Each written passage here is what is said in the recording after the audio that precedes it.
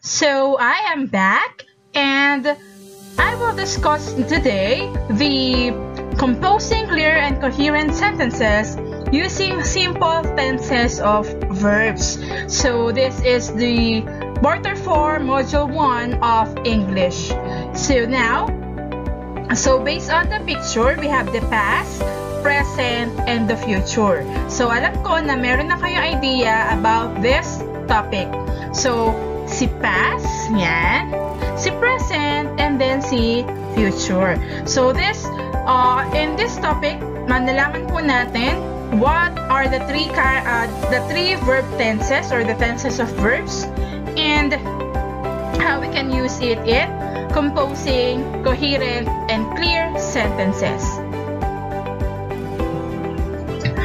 So this module provides varied activities that will help you learn about how to compose clear and coherent sentences using appropriate and grammatical structure. So we can compose clear and coherent sentences using simple tenses of verbs. So kaya po tinatawag na simple tenses of verbs kasi ito lang po yung simple past, simple present, and simple future.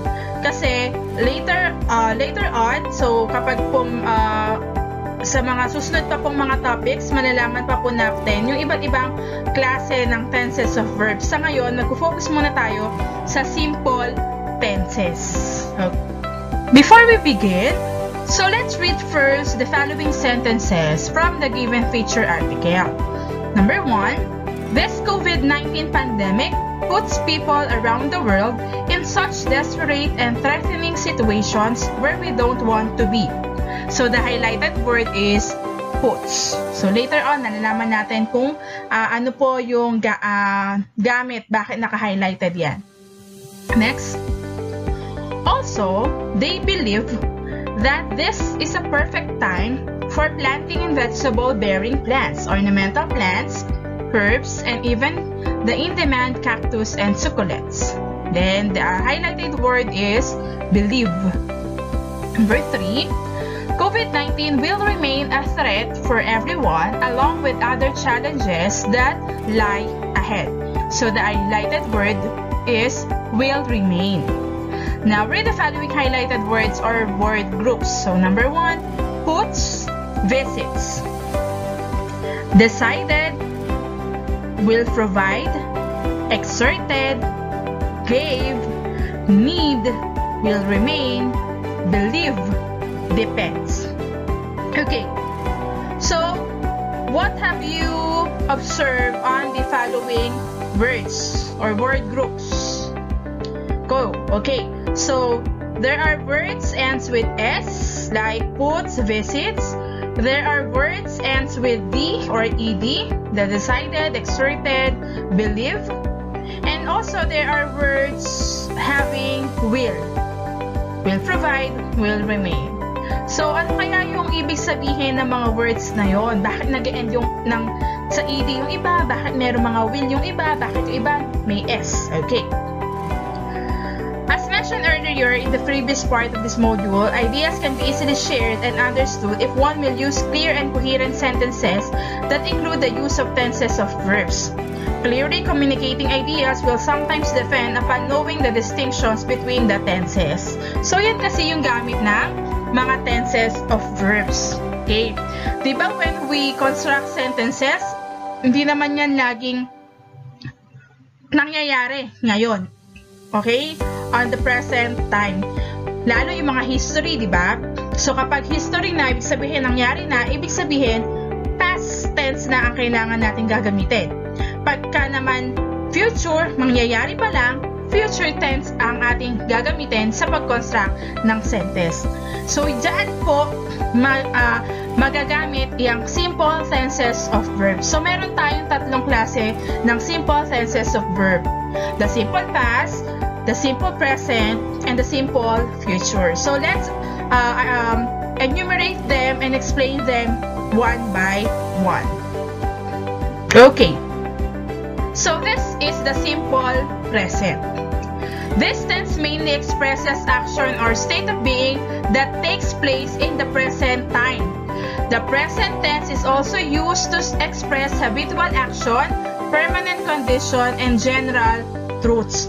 Pag sinabi po natin, okay, so this tense mainly express action or state of being that takes place in the present time. Ibig sabihin, kaya nga po simple present, it happens in today's time. Kung ano yung nangyayari ngayon. And then, it also expresses habitual action kung palagi mo siyang ginagawa sa araw-araw.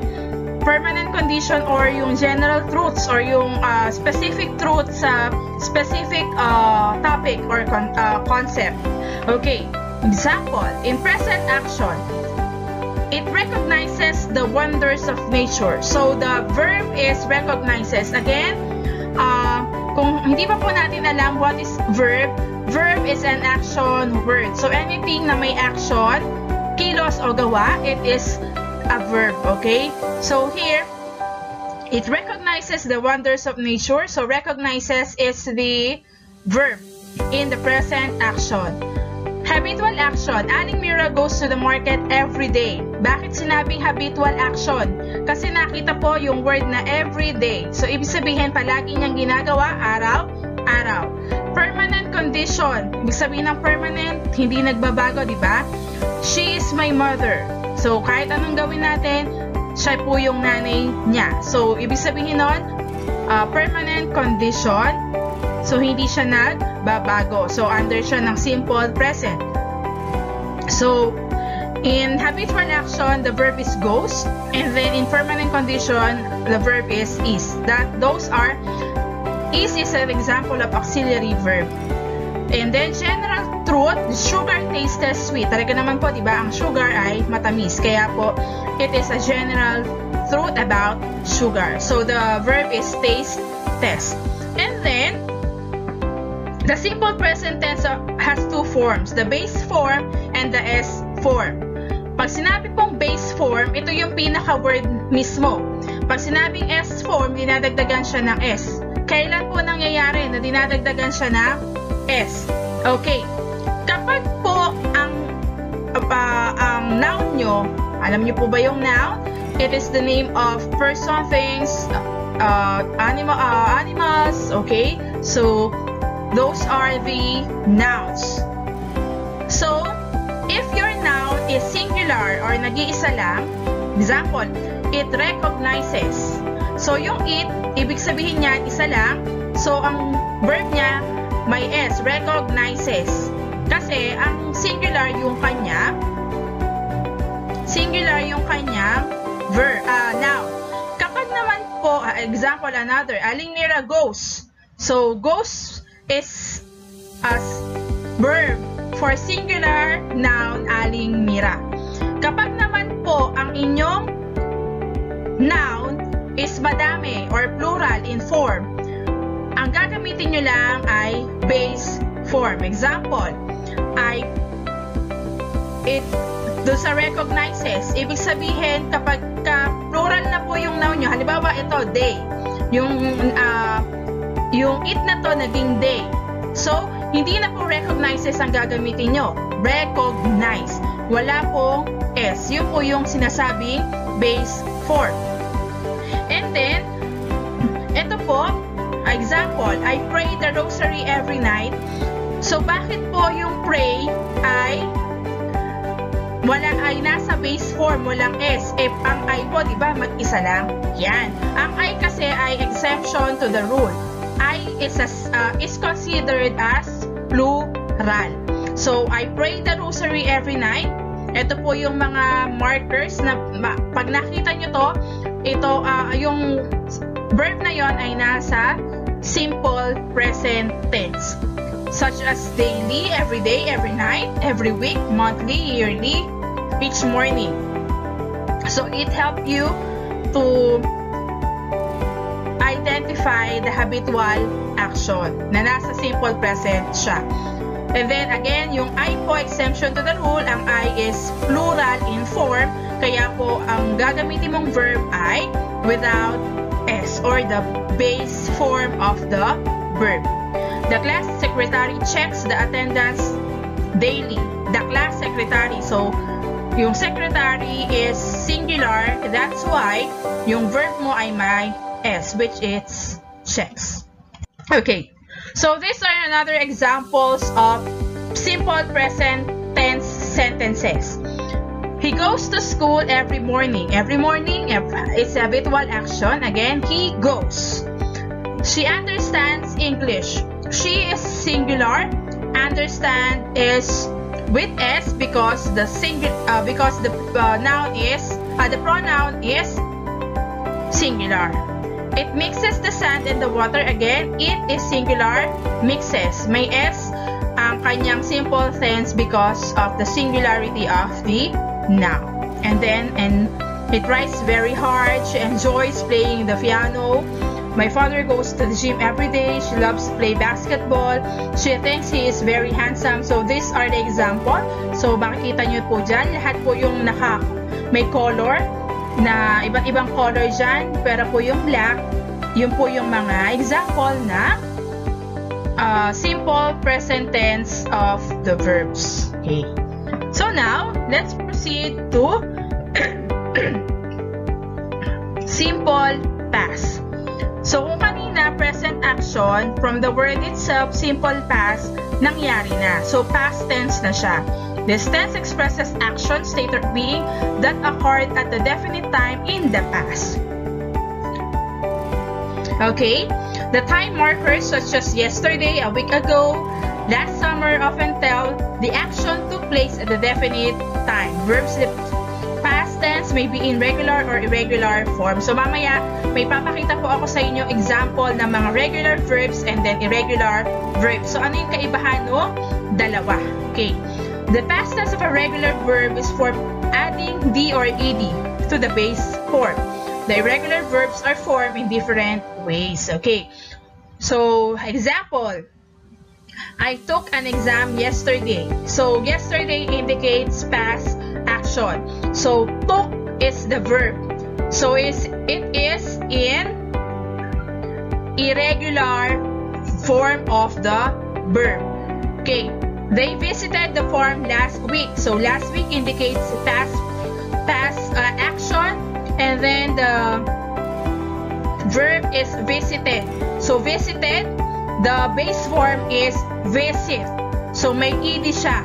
Kapag ang past tense ay may d or ed, it is under regular verb. Kapag ito ay naiba ang spelling, okay, na hindi inad ang D or ED, it is in irregular form of the verb. So, para maintindihan po natin, ito po yung examples ng regular verbs. Okay. So, wag muna po natin pansinin si past participle. So, may ibang topic po ako para dyan sa past participle. So, ngayon, mag-focus muna tayo kay simple past.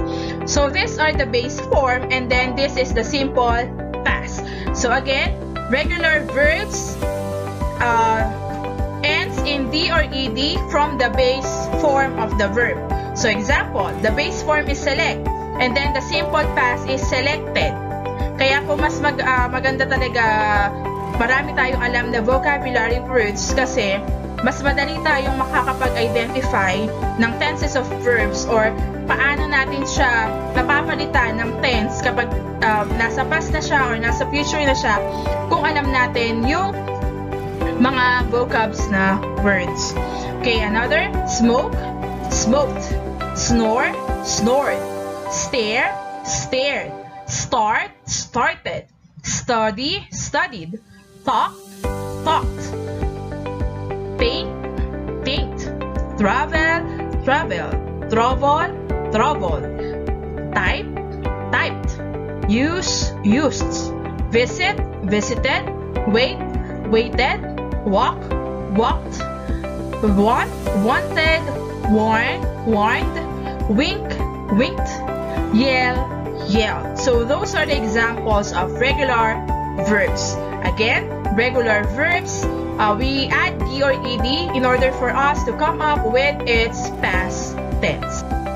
And then, these are the irregular verbs. So, irregular verbs undergo substantial changes when changing forms between the tenses. Again, we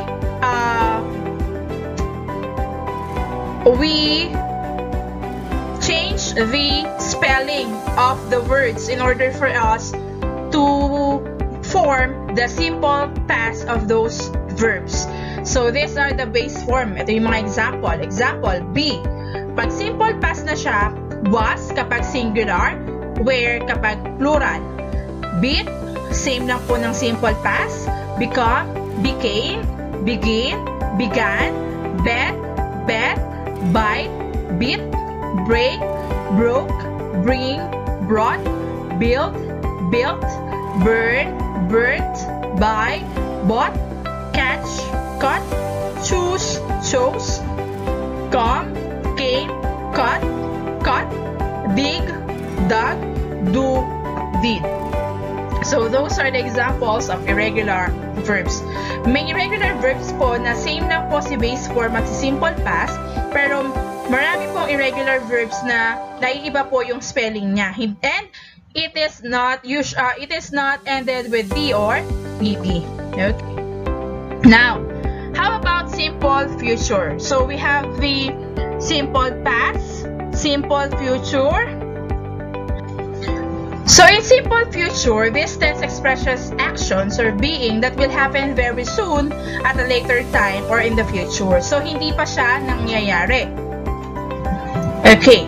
So some future time markers such as tomorrow, next week, in the years to come, and a year from now indicate future time. Basta anything, any word that indicates a future time or yung mangyayari pa lang, especially the word will. So, W-I-L-L, kapag nakita po niyo yon, ibig sabihin, yung mangyayari pa lang po yung nasa sentence na yon. Example, I shall see her tonight.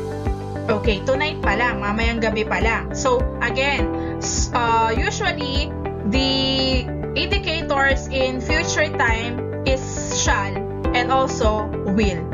Shall and will, yan po yung karaniwan. April will attend their wedding next month. Okay, so next month pa. So, mangyayari pa lang. Another, I am going to win this race. I am going to move to Europe. He is going to run home. We are going to bake a pie. We are going to sail to the shoreline. So, those are the examples of words or the verbs that will happen in the near future. Okay, or very soon. Okay, so let's take a look at the same highlighted included in the future article again and study the tenses of the verbs. Okay, so ito po, dito po natin na makikita yung mga example ng mga verbs na ano yung past tense niya, ano yung present tense niya, and then ano yung future tense niya. Again, past tense are those that happened in the past, already occurred. Present is on today's time, okay, or habitual action, and then future will be happen very soon or in the near future. So example, put, puts, will put. Okay, in future merong will. Puts because it is usually singular. Okay, decided, decide, shall decide.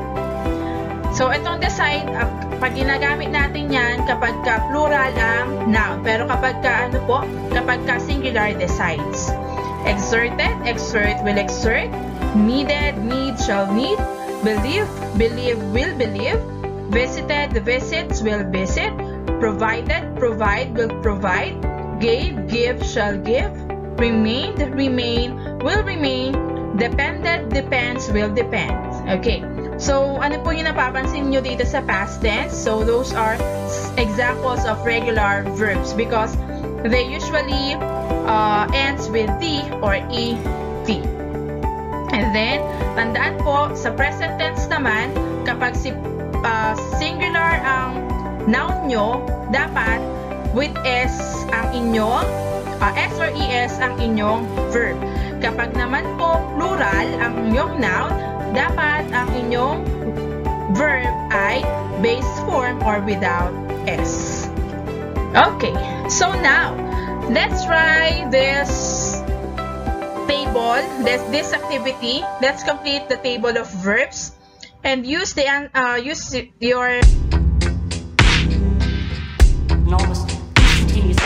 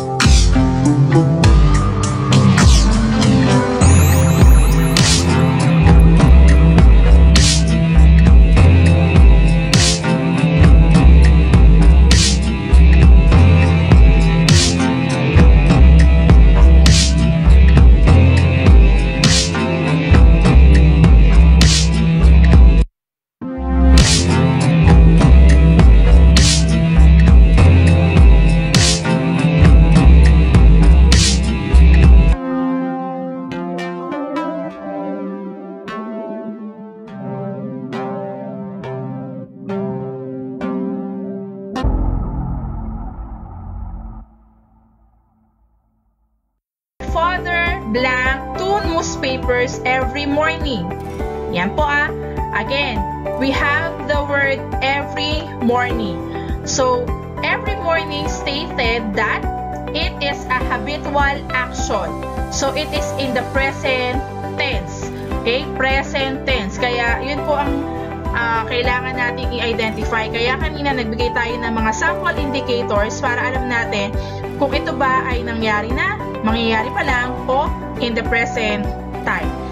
So, since na-identify natin na ito ay